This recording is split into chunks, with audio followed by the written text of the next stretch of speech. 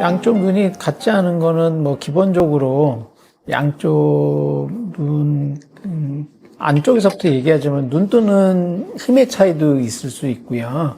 그다음에 양쪽 얼굴 크기의 차이도 있을 수 있고 양쪽 얼굴의 습관이 다를 수도 있고 그렇죠. 뭐 그런 게 이제 크게 세 가지 정도 생각을 해볼 수가 있겠습니다. 될 수도 있겠죠. 될 수 있는 이유는 뭐 기본적인 눈 차이가 좀 있다든지 아니면은 수술은 비슷하게 됐는데 주변 조건들을 흔드는 이제 얼굴 표정이라든지 이런 것들이 조금 영향을 미치는 경우도 있습니다. 그거는 그 상황을 잘 봐야죠. 실제 눈의 상태를 보고 실제로 수술이 어느 정도 미스가 있었는지 아니면 수술은 잘 돼서 양쪽 눈이 어느 정도 대칭은 맞았는데 주변 조건이나 이런 것들 때문에 차이가 나 보이는 건지 그거는 환자분을 직접 보고서 말씀을 드리는 게 맞겠죠. 원인은 뭐 여러 가지가 있겠지만 눈 뜨는 습관이 다른 경우 기본적으로 눈 뜨는 힘이 다른 경우 양쪽이 힘이 다른 경우가 있겠고 그다음에 처음에 쌍꺼풀을 만들어 놨을 때 유착이 이런 습관이라든지 눈 뜨는 힘의 차이로 인해서 조금씩 유착이 조금 다르게 되는 경우가 있을 수가 있겠죠. 태어날 때서부터 눈 두덩이에 지방이 다른 경우도 있겠지만 일반적으로 눈꺼짐이 있는 눈과 없는 눈을 유심히 보시면 이마 눈썹의 높이가 다른 경우가 상당히 있습니다.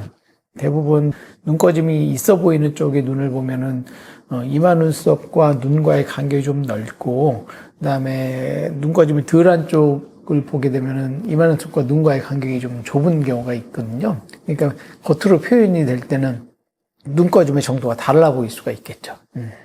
이마 눈썹이 높은 쪽의 모양이 얼굴 모양이 좀 더 나아 보이는데 이마 눈썹이 낮은 쪽으로 원하는 경우도 물론 당연히 있을 수 있겠죠. 그런 경우에는 이마 눈썹이 높은 쪽 이마에다가 보톡스를 맞는다든지 뭐 이런 방법을 해야 될 수도 있겠고 이마 눈썹이 낮은 쪽이 높은 쪽처럼 이제 조금 넓어지는 쪽으로 좀 됐으면 좋겠다 하면 어쩔 수 없이 뭐 이마거상 같은 걸로 생각하게 될 수도 있겠고요.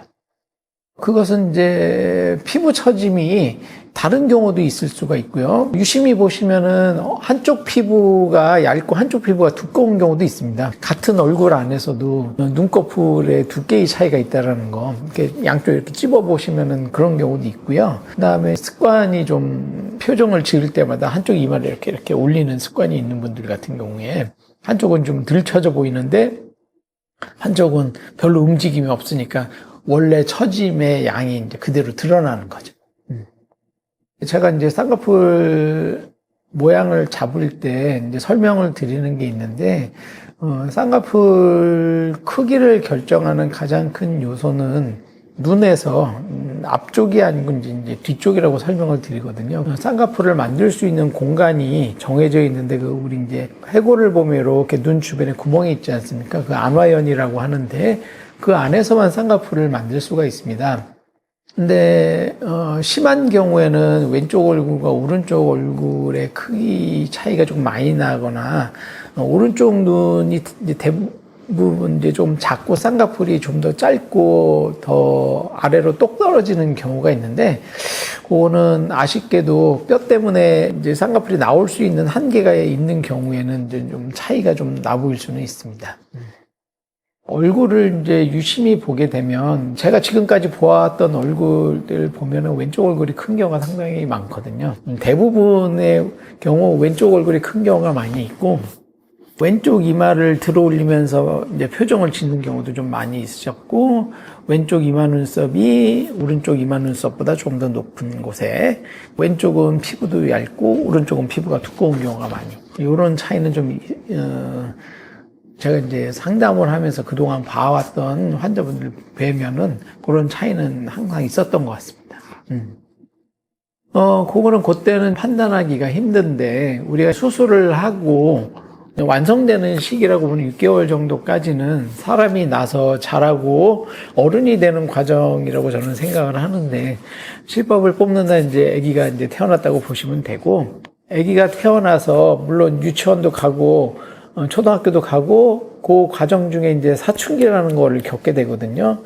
수술의 흉터라든지 경과도 이제 사춘기를 겪게 됩니다. 그래서 수술을 하고 한 달에서 두 달 정도 그 무렵쯤 되면 상처가 오히려 진하고 딱딱하고 빨개지고 가려지고, 그다음에 아침에 자고 일어나면 많이 부어있고 저녁쯤 되면 붓기가 빠지는 느낌 나고 이런 현상들이 심하게 나타날 수가 있거든요.